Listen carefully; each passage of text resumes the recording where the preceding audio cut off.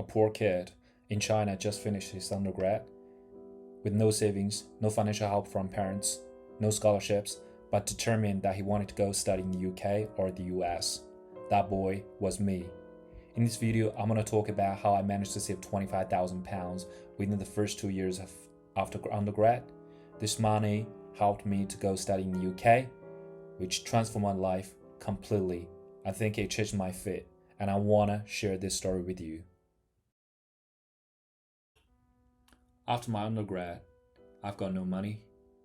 Why would I? I was just a poor kid from one of the poorest regions in China. It was normal for people like me to go straight to work. But I know if I wanted a different life, I cannot give up. All my classmates with good family background would go study in the US. Every single one of them. And I remember a famous saying from someone, I don't remember the name. If you want to do better, just look at people who live better life than you and follow what they do. Every one of my classmates who have, good family background go straight to the US. And I wanted to go there as well. I think this was one shot to change my life. But I have to figure out a way to fund it myself.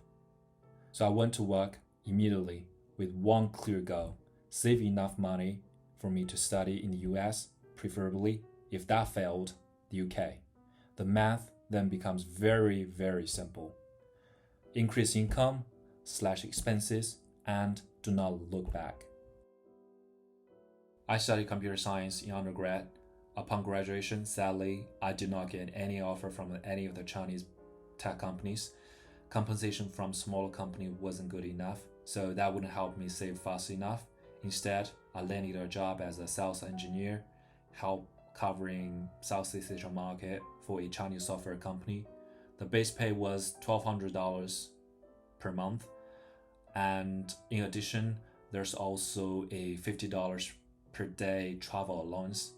For that allowance, I almost wanted to travel for business every single day, if possible, including weekends and holidays. But as you know, I also have to catch up with the team in the office. So half of the time I was on the road for business trip. Everything was paid for by the company, so I didn't have to spend any money from my own pockets. Base pay plus travel allowance every month, I could earn about $1,950. After taxes and social security, I can take home about $1,450 per month, which is pretty good. For the days I was in Beijing, I didn't care much about comfort. As long as I have a roof and a bed, that would be enough. So I looked around the places close to work. The cheapest room I could find at the time was $500 per month. There were cheaper places, but they were quite far from work. I didn't want to spend much time commuting every day, so I kept on looking. In the end, I managed to find a really, really cheap room, $150 per month. I'm sure you know, with that price, you wouldn't get a spacious room. No, it was a dark, old, dirty room with mold in the corner.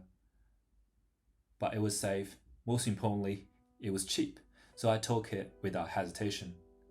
Food and transportation in Beijing or China were just unbelievably cheap, but I still choose to cook for myself and pack lunch for work.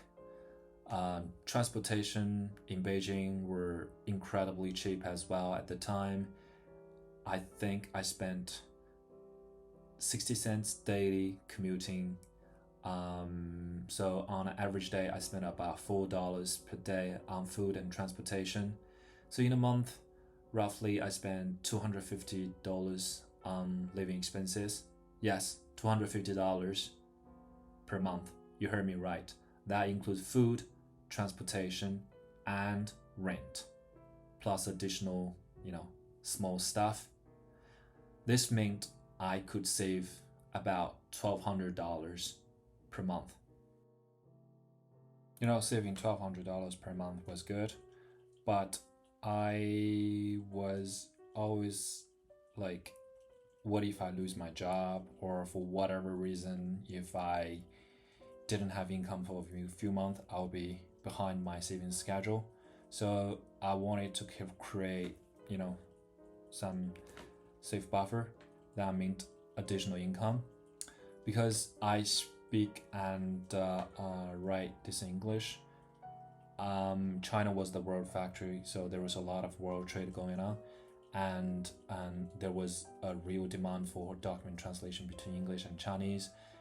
Um, I was like, okay, I could leverage my skills, but then I do not want this work to interfere my day job.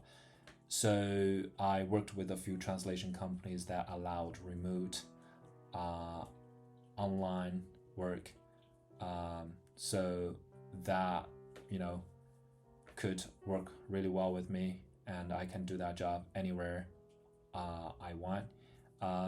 So that translation work helped me to make around $200 per month, sometimes more, sometimes a little bit less. So roughly it's around $200 per month.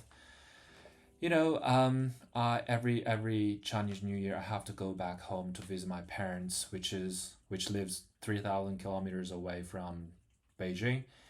During holiday seasons, airfare usually are very expensive. I'd cry if I have to, pay for the flights for myself out of my own pocket. But luckily, because I travel a lot for work, I managed to accumulate enough miles from a few of the major Chinese airlines, so I was able to get free return flights. When I sit on the plane going home, I was like, I didn't pay for any of these. This is like the best in the world. The sheer joy that brought me was just the best thing in the world. So with that $200 additional income from the translation work, I could now save about $1,400 per month. I really wanted to go study in the US, but saving $1,400 per month was my limit. And with $1,400 per month, I wouldn't have saved enough for, for me to go to the US within 2 years. So it became clear that US was no longer an option. So UK, on the other hand, is the only option I have. So the tuition for the master's program I wanted to apply was £19,000 per annum. The cheapest student accommodation was $460 per £60 per month, with everything included. So tuition plus accommodation, those are the two biggest expenses. In total, they're roughly £24,500. So I, by August, I saved enough for those two, and then exchange rate did me a great favor. In 2016, around I think June time, there was the Brexit referendum, and the British pound just basically crashed on a single day against Chinese yuan for 10%. So immediately everything became 10% cheaper for me. So instantly I got the money for food for 1 year. So, I managed to save enough to go to the UK, and when I get August paycheck and I checked the number, I felt I was the luckiest and happiest person alive on earth. The school term starts at the end of September. I've got 1 month's notice from work. So when I get my August paycheck, I handed in my resignation immediately. My manager was surprised, but when he learned that I was going to go to England to study my master, he was very supportive. And I still remember that feeling of fear, excitement, and great relief. On 26 September 2016, I flew to England. A new chapter in my life began that day. Oh yeah.